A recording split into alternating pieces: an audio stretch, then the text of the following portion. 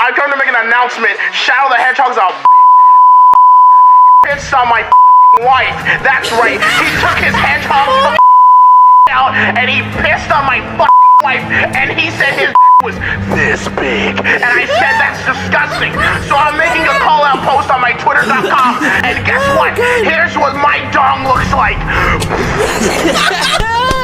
Look at that. It looks like 2 balls in a bong.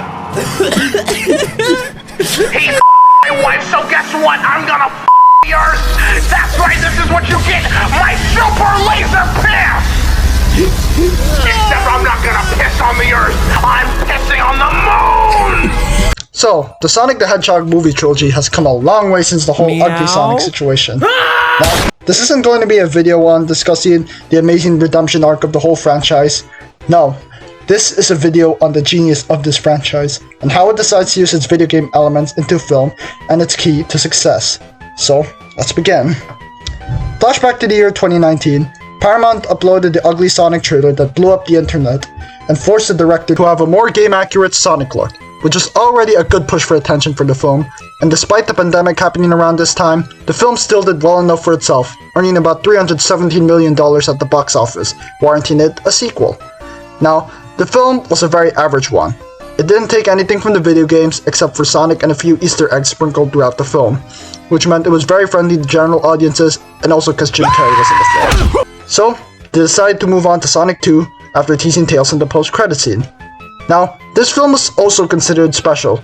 It took a few more elements from the video games, but still left out a bunch of stuff for general audiences to take in. By introducing Knuckles and the Chaos Emeralds, with just dipping their toes into the lore, Sonic 2 did a lot better than the first film, grossing $405 million worldwide, in a pandemic still, including Super Sonic, a slightly more accurate looking Dr. Eggman, and focusing more on the animated characters was just the push the movie needed to be better than the first film easily.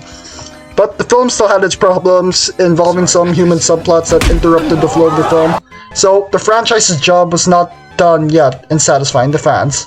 So what did the creators do?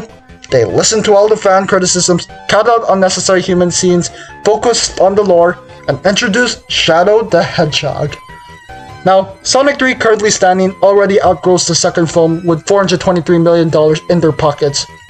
And this film is what solidified the franchise and showed us why these films were so successful in the first place. Aside from the third film having a great story with amazing action sequences, game-accurate outfits, and so much aura farming from Shadow, the reason why this trilogy worked is because they started small.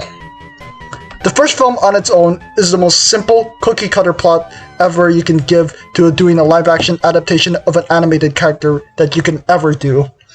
The franchise started simple, fresh, and easy to access for everyone, in case things went south. And when the first film was a success, they slowly gave more to the audience, until we ended up here, with the greatest video game movie of all time. I'm sorry, Detective Pikachu, but I might have to take your crown and give it to Sonic 3. It's such a simple concept for success, but it's still so unbelievable of how we got here now.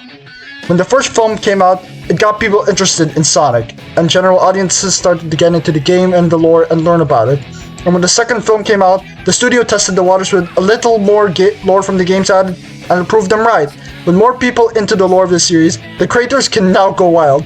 No more limited supersonic screen time, no more unnecessary human scenes, and no more spoon-feeding to the general audiences, because at this point, everyone seeing the films is a Sonic fan now, and I am one of those people. So, the studio gladly decided to adapt one of the most famous Sonic plotlines into film with no filler in between, just the story if it existed in the movie universe, and it turned out so well for them, and everyone, including the critics. But that's gonna probably do it for me, guys. I know, it's probably a little short, but thanks for watching. Please check out more videos like this, and I'll see you guys next time.